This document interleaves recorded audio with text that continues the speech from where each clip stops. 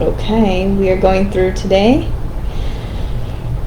and finishing Judges. We are now live. Alright, we're going through today Judges. This thing, you know how it cuts out in the beginning of every video, so apologize for the strange faces here. Finishing Judges, let's get through it. Finally, let's get through it. We have a bit of drama, to say the least. It does piggyback off of the last video, not the last video, but the video I did before this one, for my intro. For the intro, it does piggyback off of the event that happened with the Levite and his wife, or his concubine.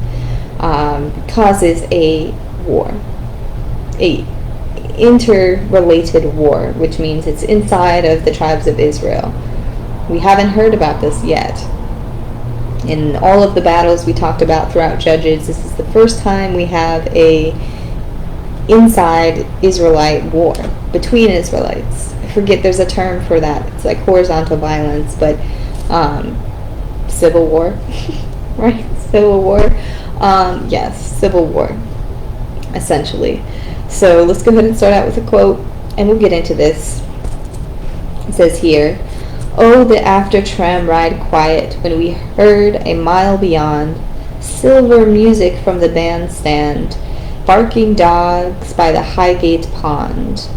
Up the hill where stucco houses in Virginia creeper drown, and my childish wave of pity, seeing children carrying down sheaves of drooping dandelions to the courts of Kentish town."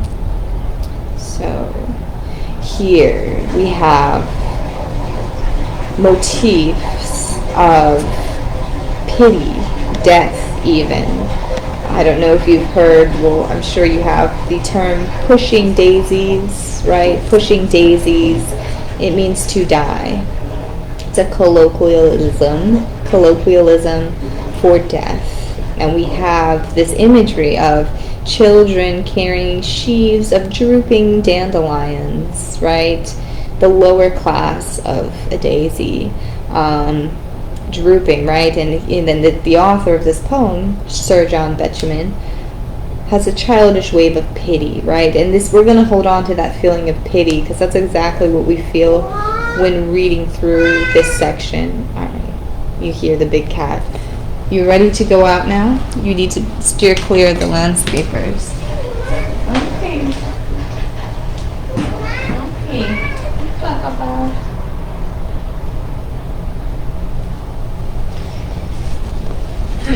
He just likes to sit out there. Okay. So, yes, holding on to this feeling of pity, we know what happened to the Levite and his concubine, right?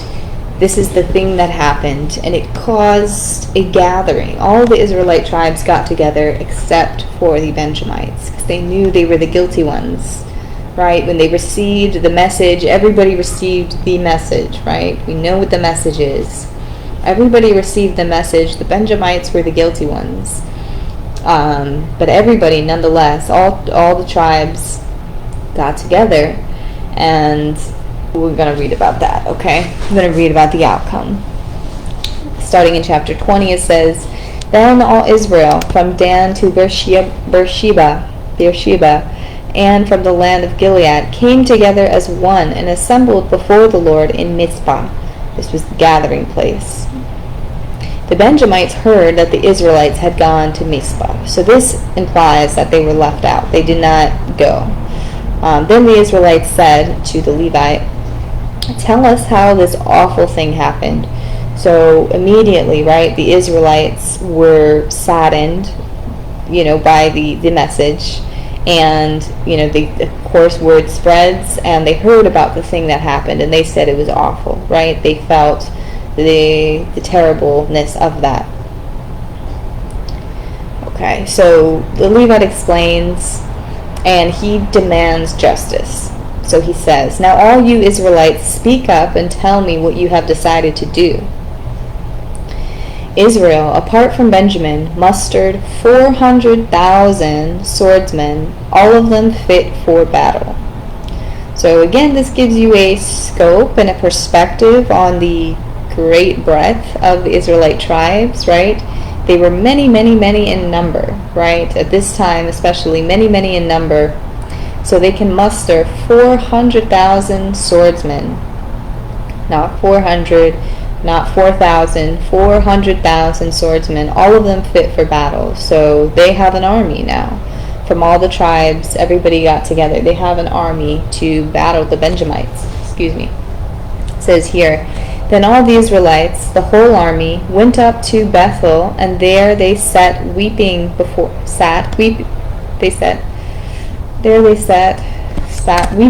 the Lord.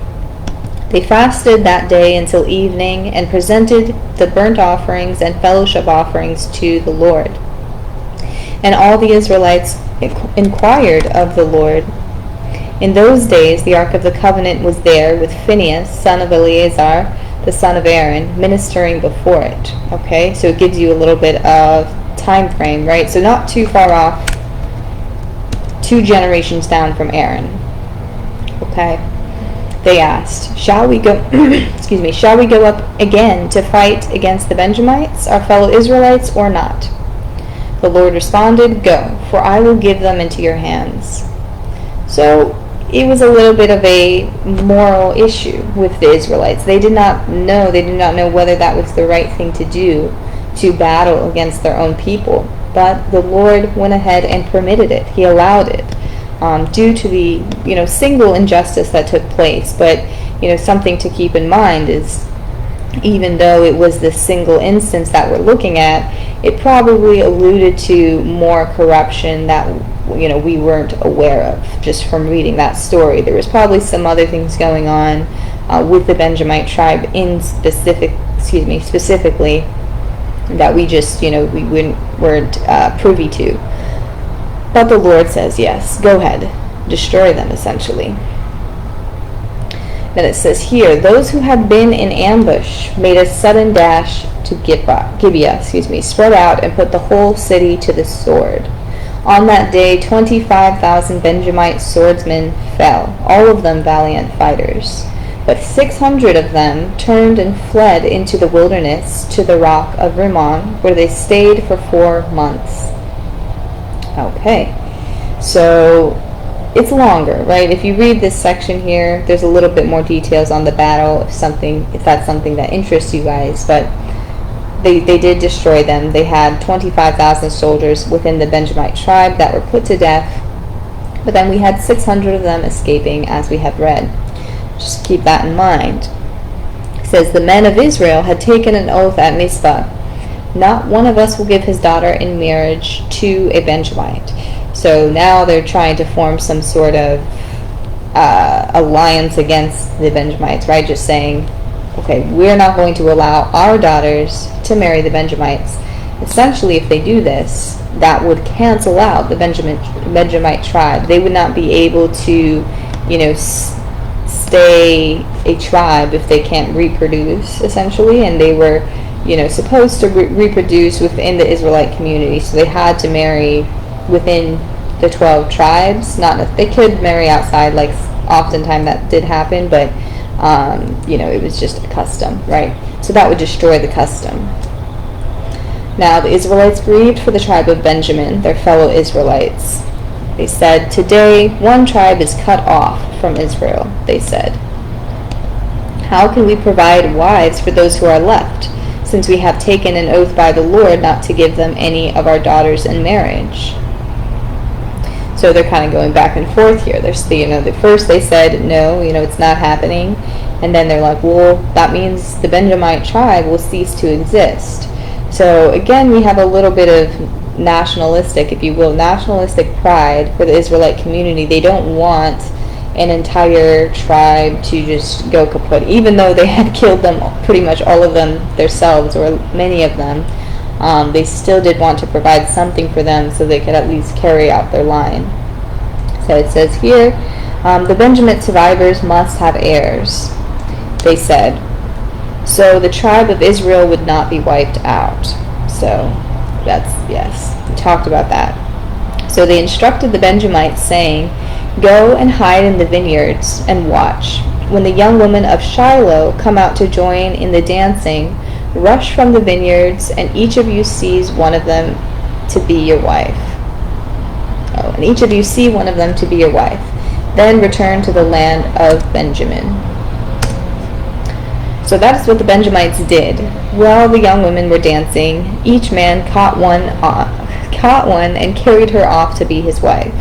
Then they returned their inheritance and rebuilt the towns and settled in them. So those 600 men, right? They lived out in the wilderness, separated from everybody for 4 months. And then the Israelites started to have some sympathy for them, right? They are the ones that had, gotten away.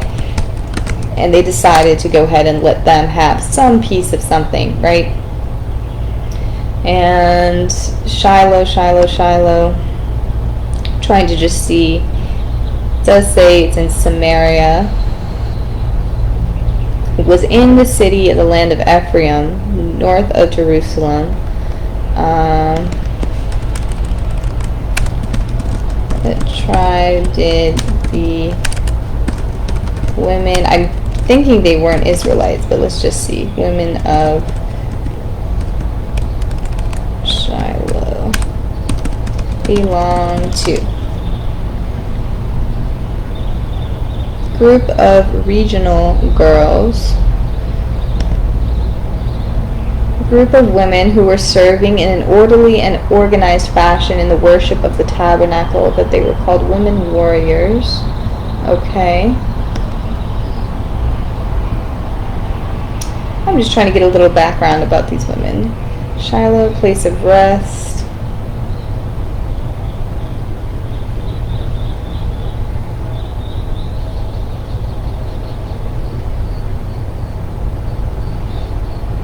Gilead. Okay, so I think they may have been Israelites, daughters of Shiloh. It's not really giving me too much because I'm not really getting into the links here. I'm just reading the descriptions. So like conquest of Canaan.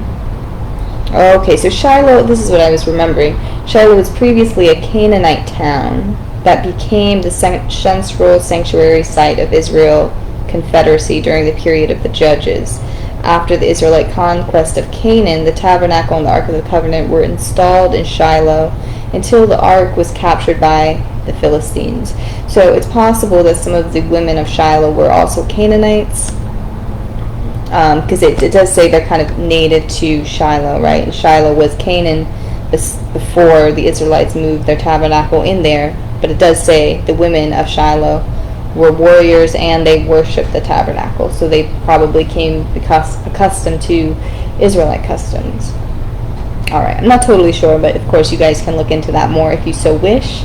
But that's that, right? So there was a little bit of sympathy and in grace given towards the Benjamites so they would not die out completely. So that is good news, but of course it was a whole battle and civil war that they had started and completed by the hand of God with his permission. So interesting. We haven't heard of that before, but that actually wraps up and summarizes the book of Judges in completion, you guys. There was a lot of back and forth. There was a lot of different things going on. Very terrible, I would say, just terrible, but also some good stories and things that we might not have talked about otherwise, right? Book of Judges kind of gets thrown to the side as, scandalous, but some good stuff in there. Just a pain in the butt to get through. Alright, well that's all I have. Have a good week, you guys. Thank you for listening. We're going to get into a very short book. It's Ruth. Right? Ruth is after Judges. Yes, we're going to get into the book of Ruth after this. We might even cover it in one day. Maybe I'll break it up into a few little sections here. But in the meantime, stay awesome. Bye.